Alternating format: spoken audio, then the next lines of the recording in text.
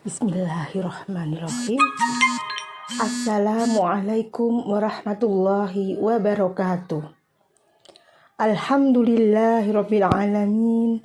Wassalatu wassalam asrofil anbiya'i wal mursalin wa ala alihi wa ashabihi ajmain. Rabbis shrahli sadri wa yassirli amri wahlul 'uqdatam min lisani yafqahu qawli.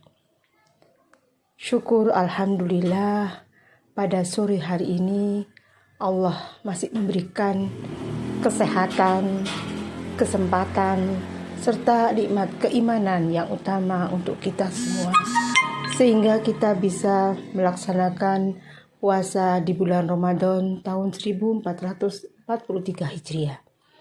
Semoga kita bisa melaksanakan puasa sampai di ujung Ramadan tahun ini.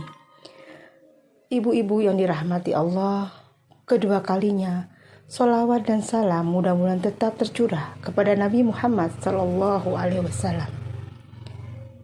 Ibu-ibu yang dirahmati Allah, izinkan pada kesempatan hari ini saya akan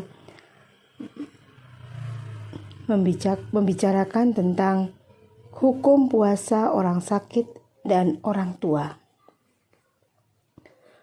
Di dalam surat Al-Baqarah ayat 184, A'udzu billahi minasyaitonir rajim. Faman kana minkum maridun aw 'ala safarin fa iddatan min ayyamin ukhra wa 'alal ladzina yutiqunahu fidyatun tu'amul miskin. Maka siapa di antara kamu yang sakit atau dalam perjalanan, lalu ia berbuka, maka wajiblah baginya berpuasa. Sebanyak hari yang ditinggalkan itu pada hari-hari yang lain. Dan bagi orang-orang yang berat menjalankannya, hendaklah membayar fidyah, yaitu memberi makan orang miskin. Adapun macam-macam orang sakit, pertama, sakit yang masih diharapkan kesembuhannya, keadaannya ada 3. Keadaan pertama, sakit yang tidak menyusahkan dan tidak membahayakan apabila seseorang berpuasa, sehingga sakit yang sangat ringan, yang apabila ia berpuasa tidak memberikan pengaruh apa-apa, maka wajib berpuasa. Sama dengan orang tua yang tidak merasa berat, tidak pula berpuasa membahayakannya dan masih mampu berpuasa, maka wajib berpuasa. Keadaan kedua, sakit yang menyusahkan apabila seseorang berpuasa tapi tidak membahayakan, maka dimakruhkan baginya berpuasa. Dan apabila ia tetap berpuasa, maka puasanya sah. Dimakruhkan karena Rasulullah SAW bersabda, Innallaha yuhibbu an tu'ta rukhsahu kama yakrahu an tu'ta maksiyatuhu. Sesungguhnya Allah mencintai keringanan-keringanan darinya diambil, sebagaimana Allah membenci kemaksiatan kepadanya. Hadis Ahmad dan Ibnu Hibban dari Ibnu Umar radhiyallahu an. Kemudian dari Imam Ibnu Hasim radhiyallahu an berkata, wattafaqu ala annal maridha idza tahamala ala nafsihi fasama annahu yujazzahu. Wattafaqu ala anna man andaha al-maradu wa du'afa anis-sawmi falahu an yuftirah. Para ulama bersepakat bahwa orang sakit yang memberatkan dirinya apabila ia berpuasa, maka puasanya sah. Dan mereka juga sepakat bahwa orang yang menderita karena suatu penyakit dan merasa lemah untuk berpuasa, maka boleh baginya berbuka. Ketiga, sakit yang membahayakan seseorang apabila berpuasa, seperti tertundanya kesembuhan atau memperparah penyakit, maka wajib atasnya berbuka.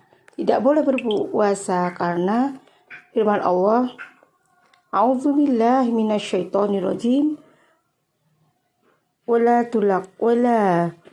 tulaku bi aidikum ila tahlukah, yang mana artinya, dan janganlah kamu menjatuhkan dirimu sendiri ke dalam kebinasaan. Al-Baqarah 195. Kewajiban orang yang berbuka karena sakit.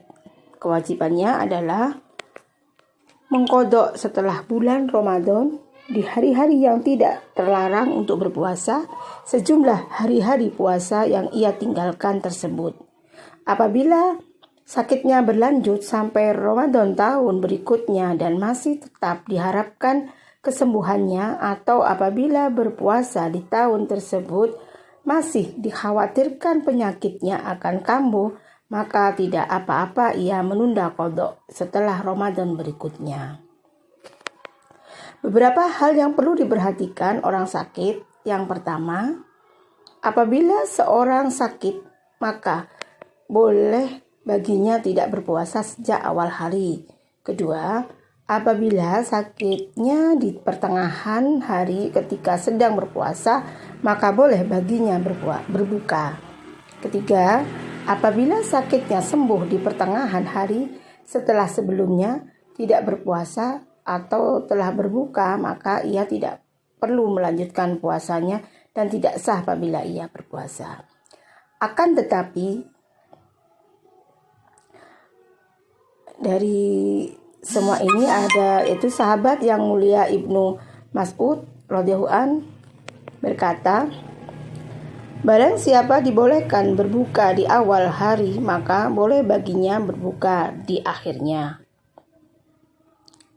Yang keempat yaitu apabila sembuh dari sakitnya, seperti orang yang gagal ginjal kemudian melakukan operasi pencangkokan ginjal lalu menjadi sehat, dan dokter spesialis yang terpercaya mengatakan bahwa walau ia sudah sehat namun berpuasa akan menyebabkan sakitnya kambuh, maka ia boleh berbuka. Kelima, atau ia diharuskan minum air di siang hari, jika tidak maka sakitnya akan kambuh, maka wajib baginya berbuka. Tidak boleh berpuasa, dan apabila ia tidak bisa berpuasa berkepanjangan, maka termasuk sakit dalam bentuk yang kedua berikut ini, yaitu sakit berkepanjangan yang tidak dapat diharapkan kesembuhannya dan orang tua yang sudah tidak mampu berpuasa.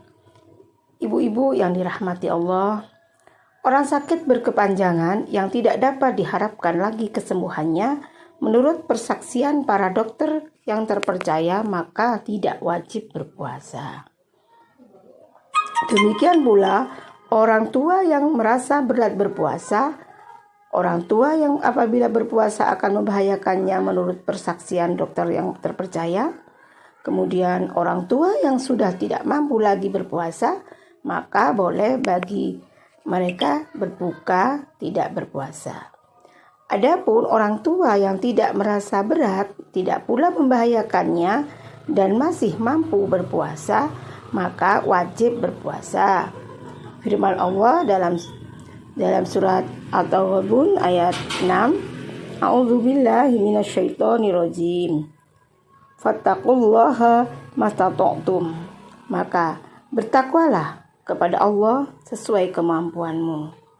Dan dalam firman Allah surat Al-Baqarah 286, A'udzubillahi minasyaitonirrajim. La yukallifullahu nafsan illa wus'aha.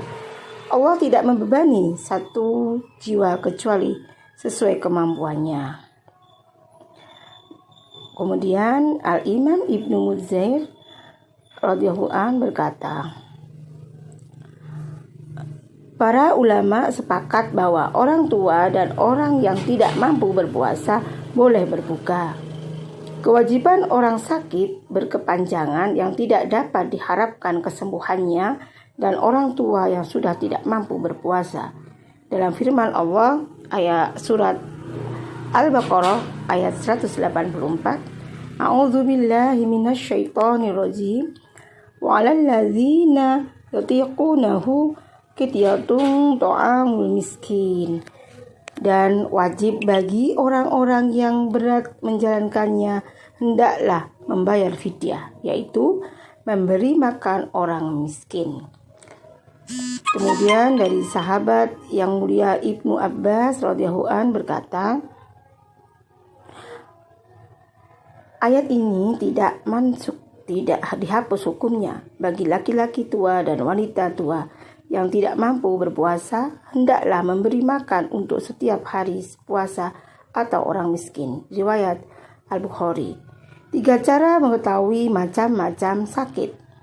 Yang pertama, dengan pengalaman apabila seseorang telah pernah mencoba berpuasa dan terbukti bahwa puasa memberatkannya atau memperlambat kesembuhannya, maka hendaklah ia berpuasa. Kedua, dengan pengabaran seorang dokter muslim yang ahli dan terpercaya. Ketiga, dengan persangkaan yang kuat bahwa penyakitnya tidak dapat diharapkan lagi kesembuhannya, maka hendaklah ia berbuka dan membayar fidyah. Demikianlah ibu-ibu yang dirahmati Allah, apa yang dapat saya sampaikan. Semoga bermanfaat bagi kita semua dan bermanfaat khususnya bagi diri saya sendiri. Mohon maaf yang sebesar-besarnya. Wabillahi taufiq wal hidayah. Wassalamualaikum warahmatullahi wabarakatuh.